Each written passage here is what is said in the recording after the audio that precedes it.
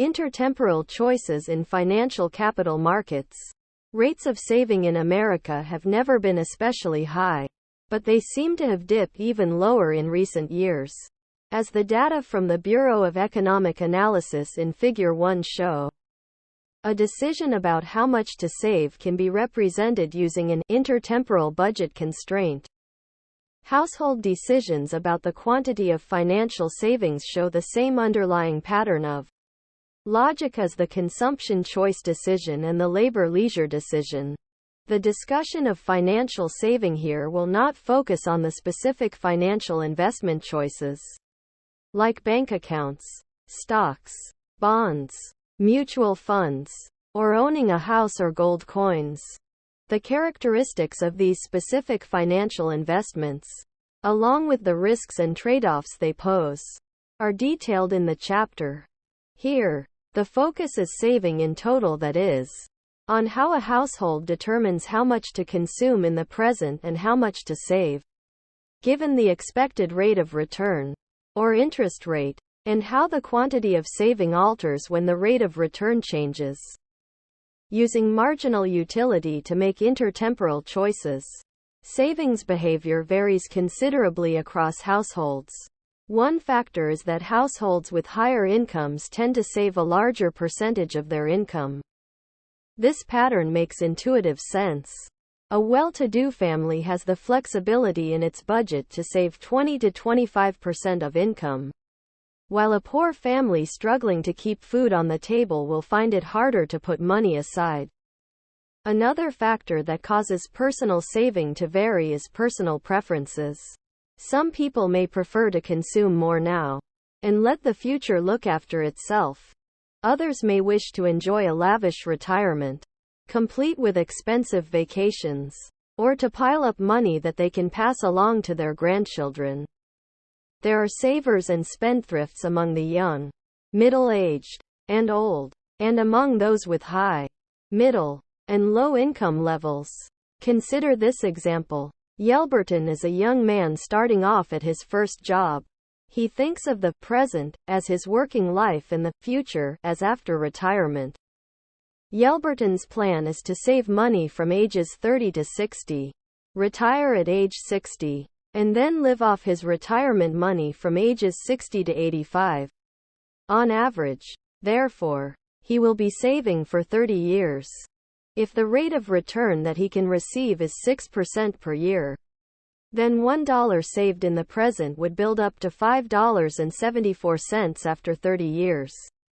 Using the formula for compound interest, $1, 1 plus 0.06, 30 equals $5.74. Say that Yelberton will earn $1 million over the 30 years from age 30 to age 60. This amount is approximately an annual salary of $33,333 multiplied by 30 years. The question for Yelberton is how much of those lifetime earnings to consume during his working life, and how much to put aside until after retirement. This example is obviously built on simplifying assumptions, but it does convey the basic life cycle choice of saving during working life for future consumption. After retirement, Figure 2 and Table 1 show Yelberton's intertemporal budget constraint. Yelberton's choice involves comparing the utility of present consumption during his working life and future consumption after retirement. The rate of return that determines the slope of the intertemporal budget line between present consumption and future consumption in this example is the annual interest rate that he would earn on his savings, compounded over the 30 years of his working life. For simplicity, we are assuming that any savings from current income will compound for 30 years. Thus, in the lower budget constraint line on the figure, future consumption grows by increments of $574,000. Because each time $100,000 is saved in the present, it compounds to $574,000 after 30 years at a 6% interest rate. If some of the numbers on the future consumption axis look bizarrely large, Remember that this occurs because of the power of compound interest over substantial periods of time. And because the figure is grouping together all of Yelverton's saving for retirement over his lifetime. Yelverton will compare the different choices along the budget constraint and choose the one that provides him with the highest utility. For example, he will compare the utility he would receive from a choice like point A, with consumption of $1 million in the present, 0 savings, and 0 future consumption. Point B, with present consumption of $800,000, savings of $200,000, and future consumption of $1,148,000. Point C, with present consumption of $600,000, savings of $400,000, and future consumption of $2,296,000. Or even choice D, with present consumption of 0, savings of $1 million, and future consumption of $5,740,000. Yelverton will also ask himself questions like these. Would I prefer to consume a little less in the present, save more, and have more future consumption? Or, would I prefer to consume a little more in the present, save less, and have less future consumption? By considering marginal changes toward more or less consumption, he can seek out the choice that will provide him with the highest level of utility. Let us say that Yelverton's preferred choice is B. Imagine that Yelverton's annual rate of return raises from 6% to 9%.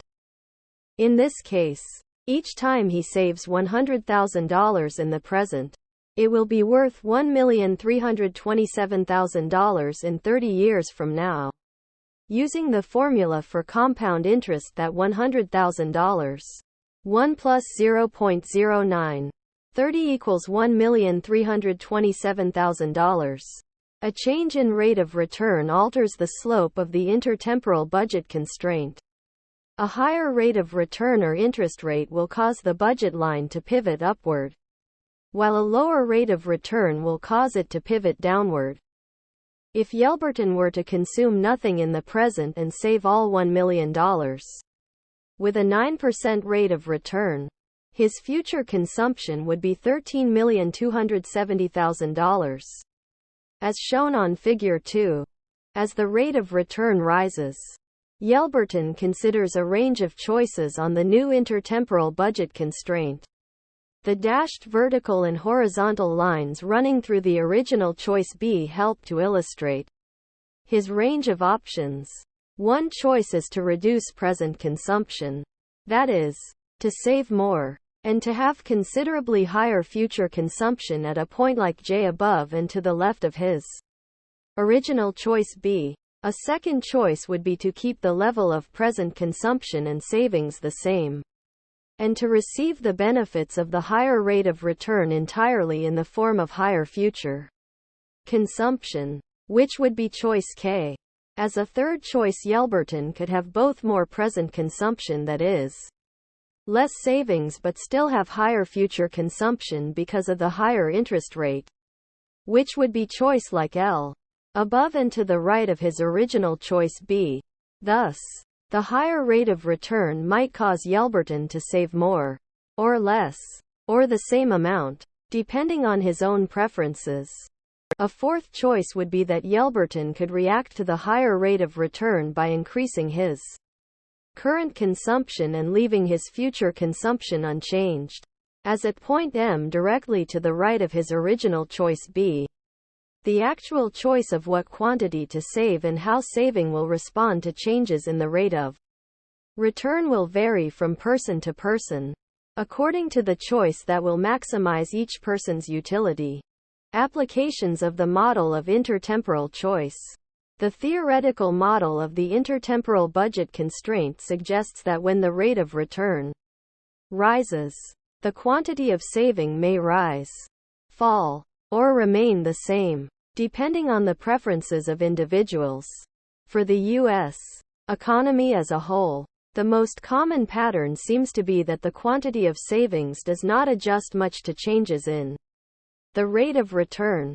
As a practical matter, many households either save at a fairly steady pace by putting regular contributions into a retirement account or by making regular payments as they buy a house, or they do not save much at all. Of course, some people will have preferences that cause them to react to a higher rate of return by increasing their quantity of saving. Others will react to a higher rate of return by noticing that with a higher rate of return, they can save less in the present and still have higher future consumption. One prominent example in which a higher rate of return leads to a lower savings rate occurs when firms save money because they have promised to pay workers a certain fixed level of pension benefits after retirement. When rates of return rise, those companies can save less money in the present in their pension fund and still have enough to pay the promised retirement benefits in the future. This insight suggests some skepticism about political proposals to encourage higher savings by providing savers with a higher rate of return. For example, individual retirement accounts, IRAs, and 401k accounts are special savings accounts where the money going into the account is not taxed until it is taken out many years later, after retirement.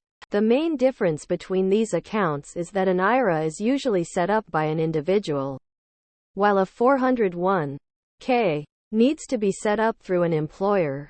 By not taxing savings in the present, the effect of an IRA or a 401k is to increase the return to saving in these accounts. IRA and 401k accounts have attracted a large quantity of savings since they became common in the late 1980s and early 1990s. In fact, the amount of IRAs rose from $239 million in 1992 to $3.7 billion in 2005 to over $5 billion in 2012. As per the Investment Company Institute, a national association of U.S. investment companies. However, overall U.S. personal savings, as discussed earlier, actually dropped from low to lower in the late 1990s and into the 2000s. Evidently, the larger amounts in these retirement accounts are being offset, in the economy as a whole, either by less savings in other kinds of accounts, or by a larger amount of borrowing.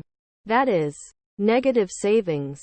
The following Clear It Up further explores America's saving rates. A rise in interest rates makes it easier for people to enjoy higher future consumption. But it also allows them to enjoy higher present consumption, if that is what these individuals desire. Again, a change in prices, in this case, in interest rates, leads to a range of possible outcomes. How does America's saving rates compare to other countries? By international standards, Americans do not save a high proportion of their income. As Table 2 shows, the rate of gross national saving includes saving by individuals, businesses, and government. By this measure, U.S. national savings amount to 17% of the size of the U.S. GDP, which measures the size of the U.S. economy. The comparable world average rate of savings is 22%. The unifying power of the utility maximizing budget set framework. The choices of households are determined by an interaction between prices, budget constraints, and personal preferences. The flexible and powerful terminology of utility maximizing gives economists a vocabulary for bringing these elements together. Not even economists believe that people walk around mumbling about their marginal utilities before they walk into a shopping mall, accept a job, or make a deposit in a savings account. However, economists do believe that individuals seek their own satisfaction or utility, and that people often decide to try a little less of one thing and a little more of another. If these assumptions are accepted, then the idea of utility maximizing households facing budget constraints becomes highly plausible. Behavioral economics, an alternative viewpoint. As we know, People sometimes make decisions that seem irrational and not in their own best interest. People's decisions can seem inconsistent from one day to the next, and they even deliberately ignore ways to save money or time. The traditional economic models assume rationality, which means that people take all available information and make consistent and informed decisions that are in their best interest. In fact, economics professors often delight in pointing out so-called irrational behavior each semester to their new students, and present economics as a way to become more rational. But a new group of economists, known as behavioral economists, argue that the traditional method leaves out something important: people's state of mind. For example, one can think differently about money if one is feeling revenge, optimism, or loss. These are not necessarily irrational states of mind, but part of a range of emotions that can affect anyone on a given day. And what's more, actions under these conditions are indeed predictable, if the underlying environment is better understood. So, behavioral economics seeks to enrich the understanding of decision-making by integrating the insights of psychology into economics. It does this by investigating how given dollar amounts can mean different things to individuals, depending on the situation. This can lead to decisions that appear outwardly inconsistent or irrational to the outside observer. The way the mind works, according to this view, may seem inconsistent to traditional economists, but is actually far more complex than an unemotional cost-benefit adding machine. For example, a traditional economist would say that if you lost a $10 bill today, and also got an extra $10 in your paycheck, you should feel perfectly neutral. After all, minus $10 plus $10 equals $0. You are the same financially as you were before. However, behavioral economists have done research that shows many people will feel some negative emotion, anger, frustration, and so forth after those two things happen. We tend to focus more on the loss than the gain. This is known as loss aversion, where a $1 loss pains us 2.25 times more than a $1 gain helps us. According to the economists Daniel Kahneman and Amos Tversky in a famous 1979 article in the journal Econometrica, this insight has implications for investing, as people tend to overplay the stock market by reacting more to losses than to gains. Indeed, this behavior looks irrational to traditional economists, but is consistent once we understand better how the mind works. These economists argue. Traditional economists also assume human beings have complete self-control. But, for instance, people will buy cigarettes by the pack instead of the carton even though the carton saves them money. To keep usage down, they purchase locks for their refrigerators and overpay on taxes to force themselves to save. In other words, we protect ourselves from our worst temptations but pay a price to do so. One way behavioral economists are responding to this is by setting up ways for people to keep themselves free of these temptations. This includes what are called nudges toward more rational behavior rather than mandatory regulations from government. For example, up to 20% of new employees do not enroll in retirement savings plans immediately because of procrastination or feeling overwhelmed by the different choices. Some companies are now moving to a new system where employees are automatically enrolled unless they opt out. Almost no one opts out in this program, and employees begin saving at the early years, which are most critical for retirement. Another area that seems illogical is the idea of mental accounting, or putting dollars in different mental categories where they take different values. Economists typically consider dollars to be fungible, or having equal value to the individual, regardless of the situation. You might, for instance, think of the $25 you found in the street differently from the $25 you earned from 3 hours working in a fast food restaurant. The street money might well be treated as mad money with little rational regard to getting the best value. This is in one sense strange, since it is still equivalent to 3 hours of hard work in the restaurant. Yet the easy come easy go mentality replaces the rational economizer because of the situation or context in which the money was attained. In another example of mental accounting that seems inconsistent to a traditional economist, a person could carry a credit card debt of $1,000 that has a 15% yearly interest cost, and simultaneously have a $2,000 savings account that pays only 2% per year. That means she pays $150 a year to the credit card company, while collecting only $40 annually in bank interest. So she loses $130 a year. That doesn't seem wise.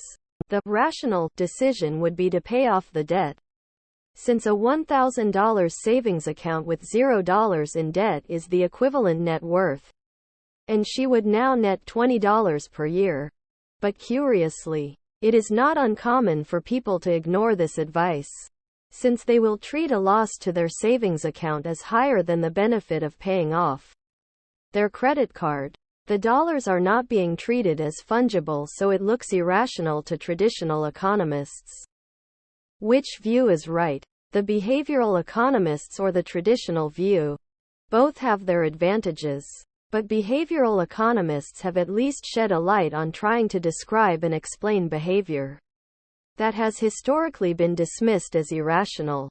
If most of us are engaged in some irrational behavior, perhaps there are deeper underlying reasons for this behavior in the first place. Eeny, meeny, miney, mo, making choices. In what category did consumers worldwide increase their spending during the recession? Higher education. According to the United Nations Educational, Scientific, and Cultural Organization, UNESCO, enrollment in colleges and universities rose 1/3 in China and almost 2/3 in Saudi Arabia, nearly doubled in Pakistan, tripled in Uganda, and surged by 3,018% in the United States. Why were consumers willing to spend on education during lean times? Both individuals and countries view higher education as the way to prosperity. Many feel that increased earnings are a significant benefit of attending college. Bureau of Labor Statistics data from May 2012 supports this view. As shown in Figure 3, they show a positive correlation between earnings and education. The data also indicate that unemployment rates fall with higher levels of education and training. Key concepts and summary. When making a choice along the intertemporal budget constraint, a household will choose the combination of present consumption, savings, and future consumption that provides the most utility. The result of a higher rate of return, or higher interest rates, can be a higher quantity of saving, the same quantity of saving, or a lower quantity of saving, depending on preferences about present and future consumption. Behavioral economics is a branch of economics that seeks to understand and explain the human factors that drive what traditional economists see as people's irrational spending decisions. Thank you for watching BookTube channel. Make sure to smash the like and subscribe buttons to receive notifications about new contents.